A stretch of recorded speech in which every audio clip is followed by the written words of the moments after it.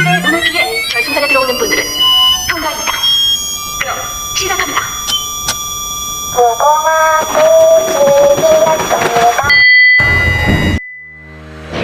Good afternoon everyone, good afternoon ma'am.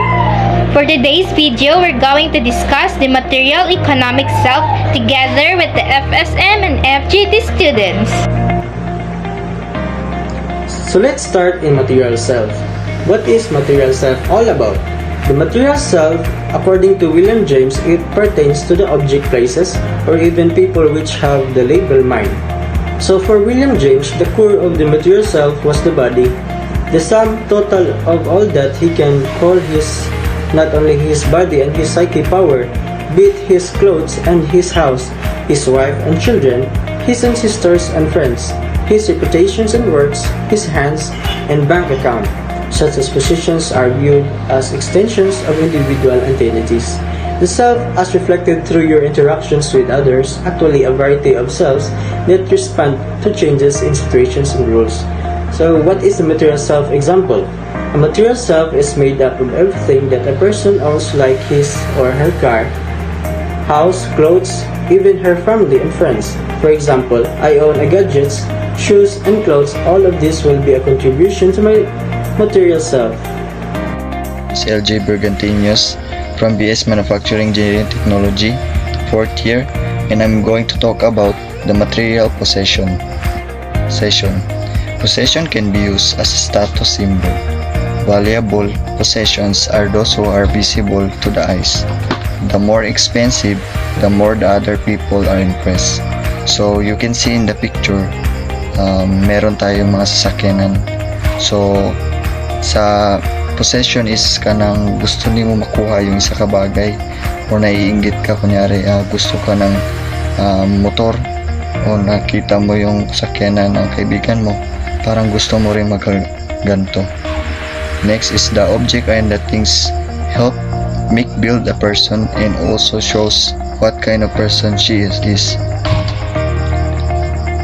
Yes, actually hatag siya og confidence sa imo o galingon, and ma-feel nimo na parang satisfied ka or parang gusto energy kay ka, motivated kay ka motivated kay ka mulihok.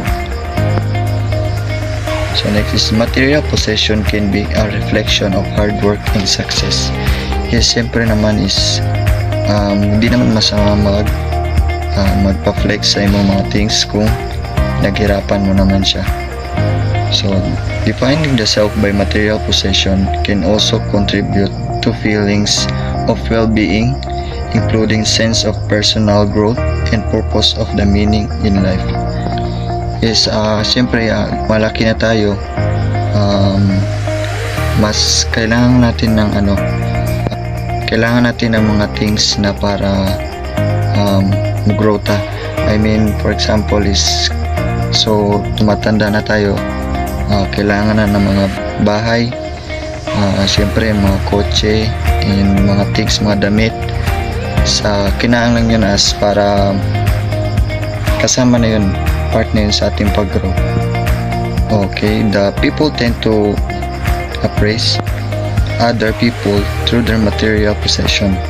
Thus, the greater the material possessions, the more one is likely to attain acceptance, approval, and esteem from other people. So, it means is kabantay mo ng mga tao na nire-respeto kasi meron silang pera o meron silang ganito. So, yun, nakakadagdag din siya ng mas siya sa mga tao, mas sila para respeto kapag meron ka mga bagay o mayaman ka o ganyan. Exposure to mass media greatly influence what we want. Material possessions. First is self. A person's essentials being that distinguishes them from others considered as the object of introspection or reflective action. Second is identity. The fact of being who or what a person thinks is. Material possession. First is lack or loss of material possession can be disruptive to mental health. Second is could lead to anxiety, insecurity, and depression. Needs are important for survival.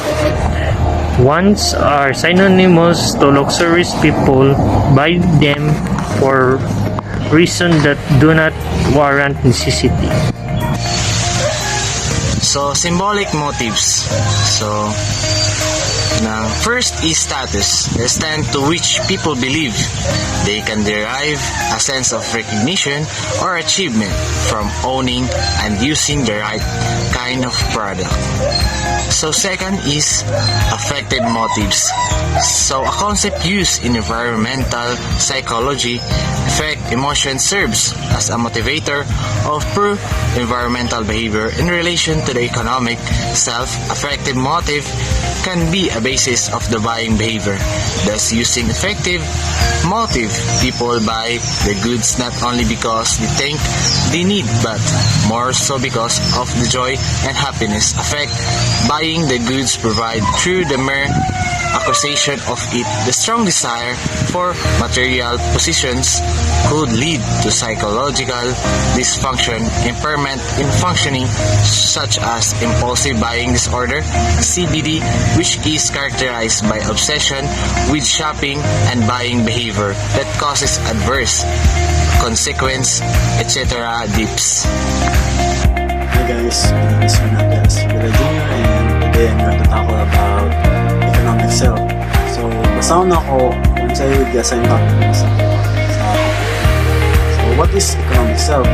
Economic self is defined as the study of things that a person is lacking of how people make use of the things they have and making the right decisions. It is the condition of the person, group, or region as regards to material prosperity. So, ang economic self daw, commonly na itong ginabuhat as a human beings like purchasing stuff, like clothings, foods, jewelries, anything based on mong personality and taste. So, for me, ang pagsagot, ang economic self daw, mura siya konsumo sa isa katao, basic needs for you in order to survive this society. And para ma-improve yung economic self, ako pang study.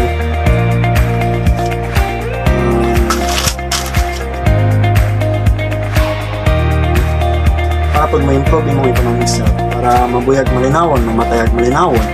So, kailangan mo niya kung pang stuff, which is number one is create a budget or a breakdown of all your income. Ito is mag-ipon ka, save up. Ito is bayaran mo mga utang mo para wala sa kabal. And number 3 is invest your retirement. And the last is invest in your health. So, I think mara na yung topic around. So, thank you for listening. Political self. What is political self? Political self expresses how social, economics, context profound affects the mental health and well-being of a person. Developing a Filipino's identity, who is a Filipino. Foreign cultures, belief, language, and religions have made a huge dent on our own by setting our foundations to the contemporary Filipino identity and culture. The individual race, ethnicity, and physical characteristics are not the only factors that make a person national identity. The importance of the values and traits are set apart in nationality from the others. These values and traits may not always be a positive things, but being able to identify oneself apart from other nationalities and points of weakness and mistakes paired with unity and progress a possibility.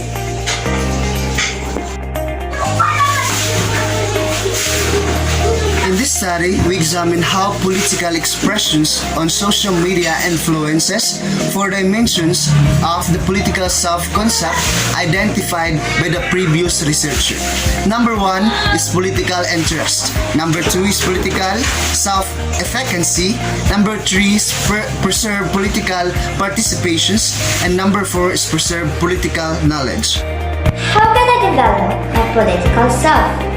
Here are 4 tips to help you to begin building your political skill. Number 1, build your network. Build it with many different groups, both inside and outside of the organization. Your network ability is key to cultivating relationship, and relationship can develop into followership to help you reach the target goals. Number 2 is listen deeply. Be genuine to interest in your network and listen deeply.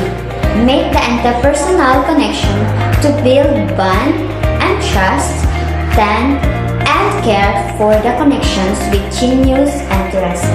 Number 3, be confidently respectful of others and yourself.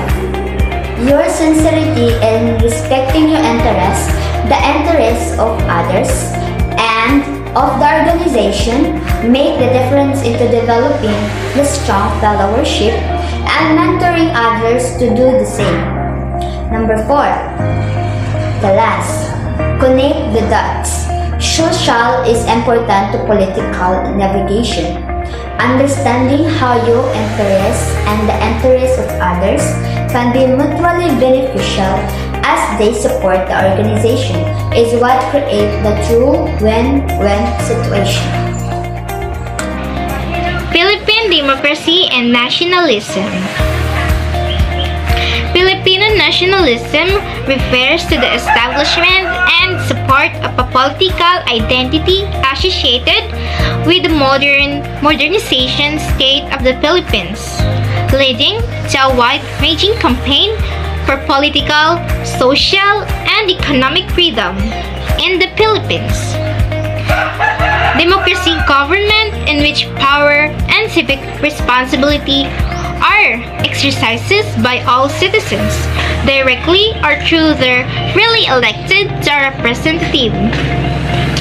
Democracy rests upon the principles of majority rule and individual rights.